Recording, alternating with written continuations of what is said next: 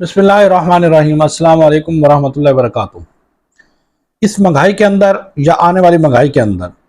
किन किन लोगों को फ़ायदा होने वाला है और कौन कौन से लोग इसमें मारे जाएंगे, कौन से बच जाएंगे। लोग बचेंगे जो हाई लेवल के हैं, माफिया तबके के हैं, बड़े बड़े लोग हैं, स्टाकियाँ हैं, इस किस्म के लोग बच जाएंगे इस महंगाई से, उन्हें कोई फ़र्क नहीं पड़ने वाला।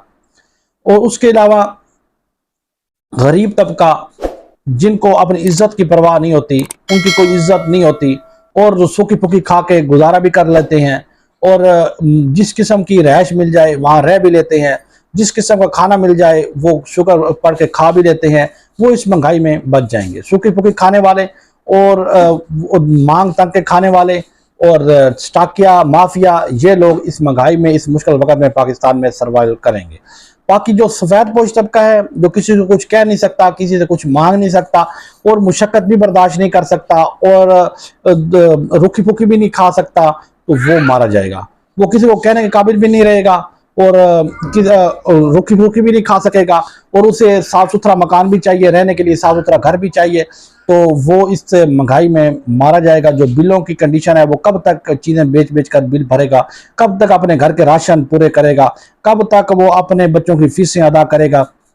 इसलिए मेरी उनसे ये गुजारिश है, तो जो जितने भी मांगने तकने वाले इदारे हैं, चाहे इंतज़ामिया हैं, तंजीमें हैं, वेलफेयर हैं, मजदूर है, गरीब है, और गरीब जो है, जो नहीं मांगने वाला, जो दरमियाने तबके का लोग है, और दरमियाने तबके में ज़्यादा लोग हैं, मिडिल क्लास हमारे मुल्क में बहुत ज़्यादा है, ये मारे जाएंगे। ये तब भी बच सकते हैं, ये अपने खर्चे कम करें, अपने कम से कम खर्चे करें, सिर्फ अपने खाने पीने की हद तक, कोई नहीं तलीमें बंद कर दें, जहाँ जहाँ खर्चे हो रहे हैं बच्चों की फीसें बंद कर दें, बच्चों के आने जाने के एक्सपेंस बंद कर दें, बच्चों के घरों में चीज़ें तैयार करके दें, बाहर की चीज़ें बंद कर दें।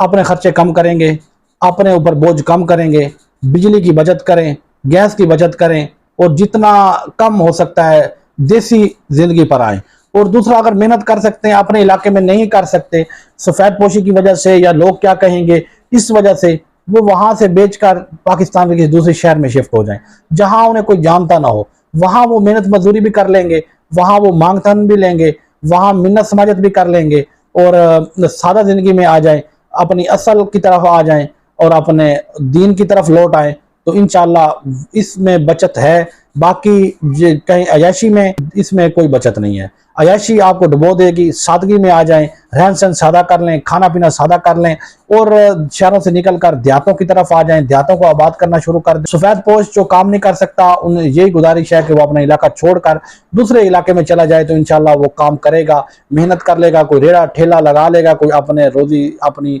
खाने पीने की एशिया तक अपने आप का सिस्टम जोड़ लेगा। तो अगर वो उसी में पड़ा रहेगा तो वो डूब जाएगा, तो वो कुछ भी नहीं कर सकेगा। भाई लोग क्या कहेंगे, लोग क्या कहेंगे, इसी डर से वो मारा जाएगा और वो इसमें सर्वाइव नहीं कर सकेगा। महंगाई आगे बहुत ज़्यादा आने वाली है, तो मेरी यही गुजारिश है कि अपना अभी से सोचना शुरू कर दें, अभी से कुछ ना कुछ चेंज कर लें, अपना चेंज कर लें, अपना निज़ाम चेंज कर लें, अपना सिस्टम चेंज कर लें, अपना रहन सहन चेंज कर लें, तो इंशाल्लाह इस महंगाई से बच जाएंगे।